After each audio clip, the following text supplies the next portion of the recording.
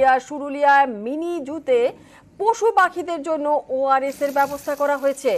আর এছাড়াও টাটকা শাক সবজি দেওয়া হচ্ছে পশু পাখিদের, নিয়ম করে স্বাস্থ্য পরীক্ষা করানো হচ্ছে।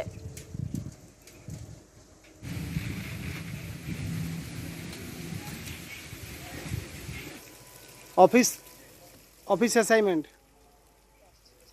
আয় আসবি তাই।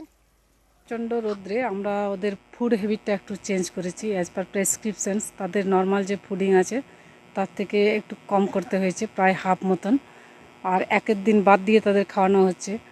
এরপরে সমস্ত পাখি জন্তু জানোয়ার যা আছে স্পেশাল করে জলের পর্যাপ্ত পরিমাণ জলের ব্যবস্থা করা হয়েছে। পছন্দ মতন জায়গাগুলো আমরা খড়ের শেড দিয়ে ঢেকে দিয়েছি।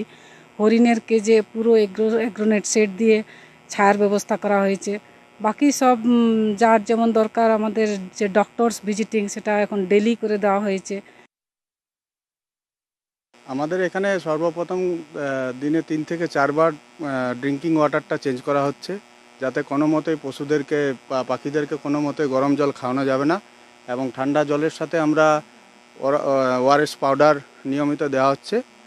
আর রসযুক্ত শাক সবজি খাওয়ানো হচ্ছে, বিশেষ করে তরমুজ, শশা এই ধরনের খাবার তাদের প্রত্যেকের ডায়েটে দেওয়া হয়েছে।